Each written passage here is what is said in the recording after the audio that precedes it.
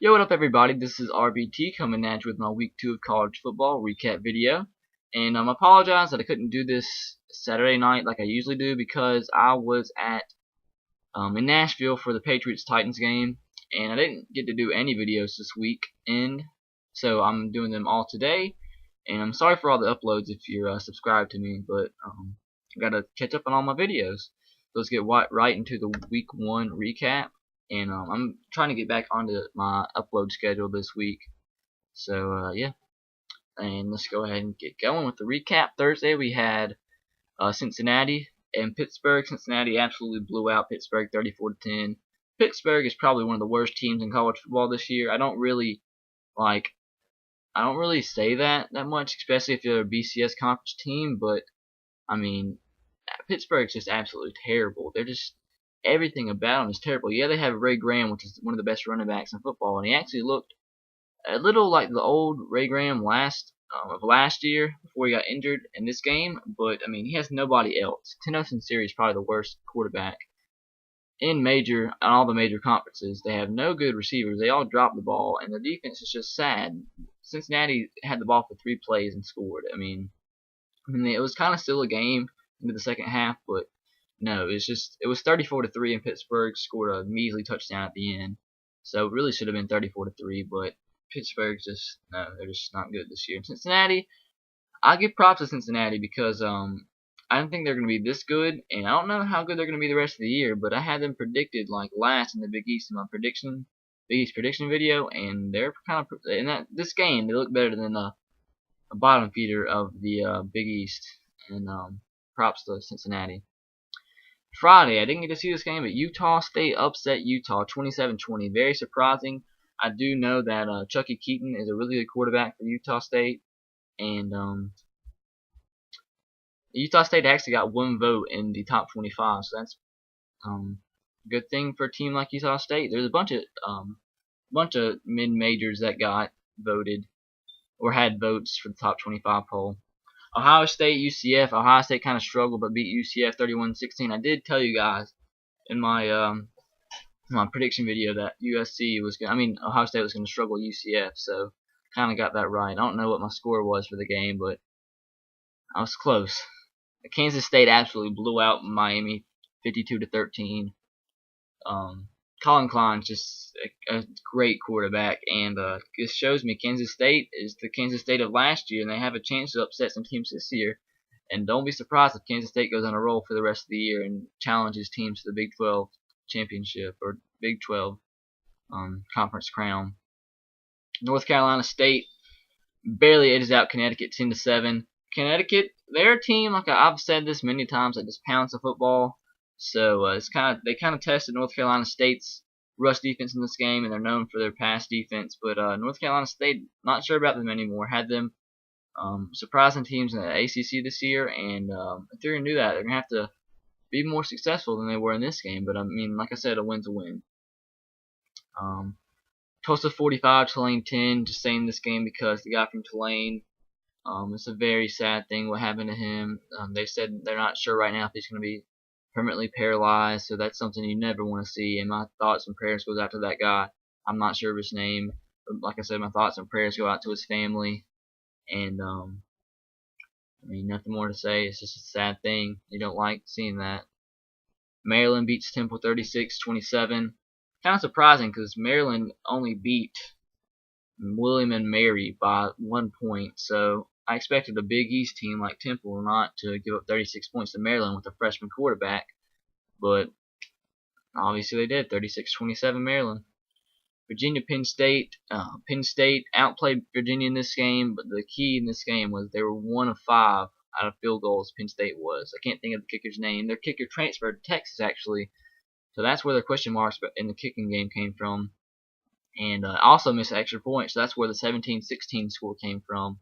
So if I'm a kicker, I feel absolutely terrible, and I feel bad for him really. But I mean, if it's 1 field goal, I can understand, but missing 4, that's unacceptable for a kicker. So 0-2 for Penn State, and I don't know if it's going to get much better. Mississippi State 28, Auburn 10. I predicted this game. I don't know if I got the score right. I probably didn't, but I knew Mississippi State was going to give Auburn fits, especially with it being at the home of the cowbell. And I'm not sure if Auburn's going to lose to ULM this weekend. I'm going to say that in my prediction video. But Auburn, they still got to find an identity. Mississippi State just absolutely just manhandled them in every phase of the game. Ran on them, threw on them. A terrible, nightmarish game for Kyle Frazier. Threw 3 or 4 interceptions. And if you're going to play in the SEC, you're not going to win every week with throwing 3 or 4 interceptions. So good game in Mississippi State, and I think they're actually pretty close to cracking that top 25 poll. Just gonna say the most noticeable games here. BYU got in the top 25 with the win over Weber State, 45-13, and their schedule sets up pretty nicely. They don't have too many tough games. They play teams like Notre Dame, Navy.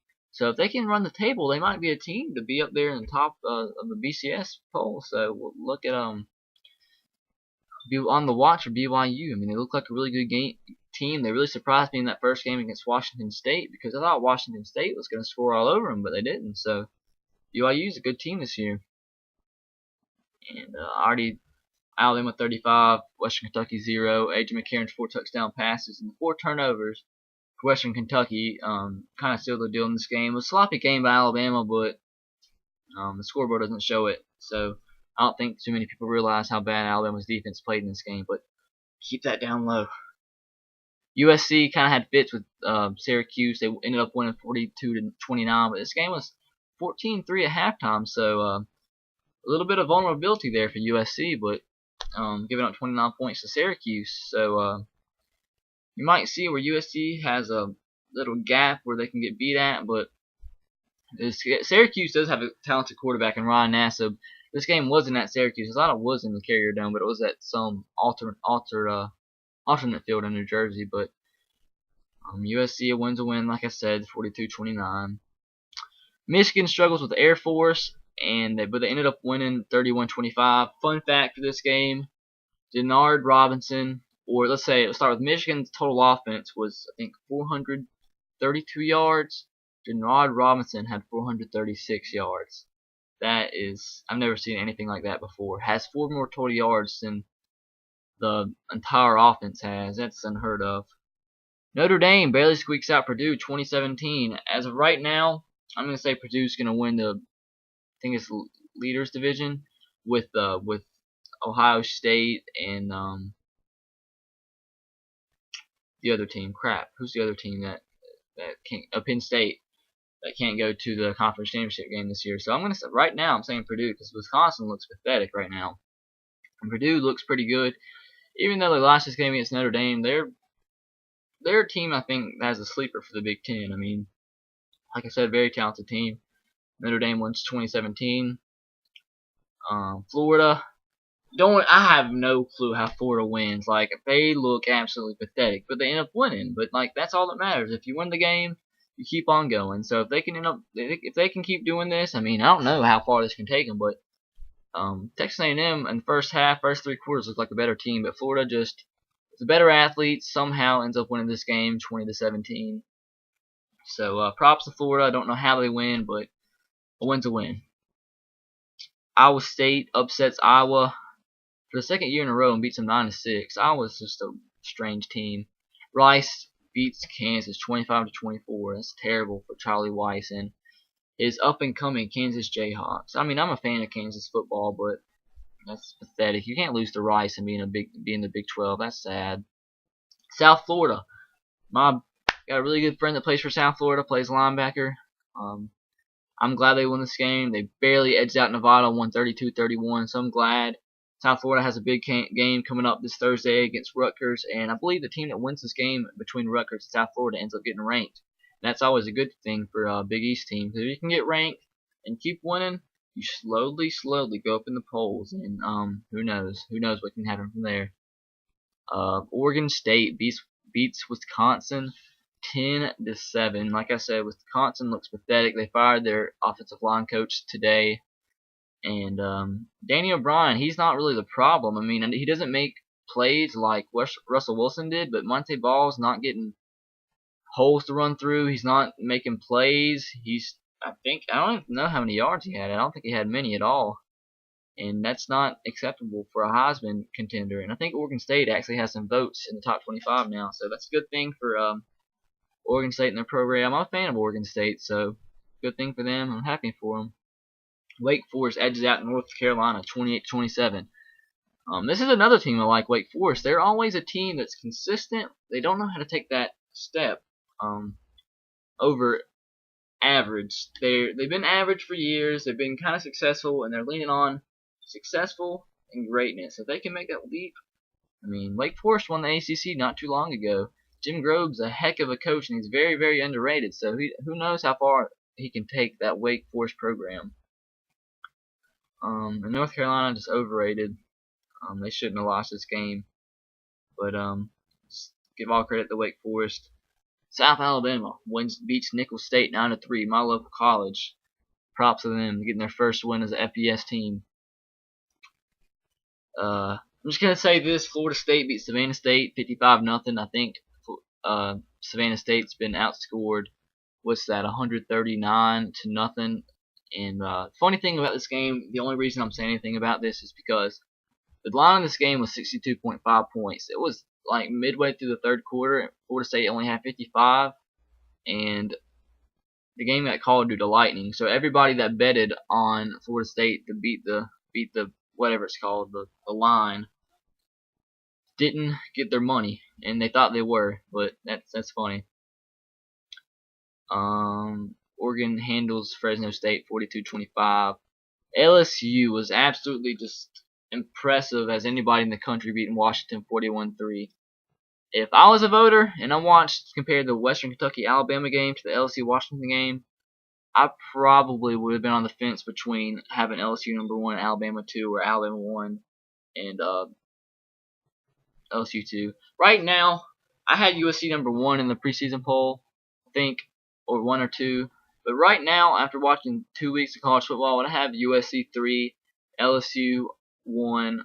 No, I'd say Alabama 1, LSU 2, but I'd be kind of on the fence between Alabama and LSU. And oh my God, Louisiana Monroe and Arkansas State. Arkansas. Louisiana Monroe wins this game in overtime, 34-31. And this game made my heart go crazy. I wanted Louisiana Monroe to win just to be a fan of the underdog. But this Louisiana Monroe team, don't get me wrong, they looked very, very impressive. Not just because Tyler Wilson got hurt, they won this game. Their quarterback, Colton Browning, was like 42 of 67 for over 400 yards against the SEC defense. I mean, this team, they look so impressive. Their corners look locked down. Their rush that's the one aspect that they're prone at is the rush defense. I mean, I don't see why Arkansas kept passing the ball, because they could run the ball up the middle for 30 yards just easily. So that's the one area Louisiana Monroe, if they want to go somewhere, is to improve their rush defense. But heck, they get a win over Arkansas. Their quarterback and their defense, their secondary is no joke. The wide receivers was catching everything. I don't remember seeing a drop all game. And the thing about Louisiana Monroe is they have a win over the number 8 team in the country.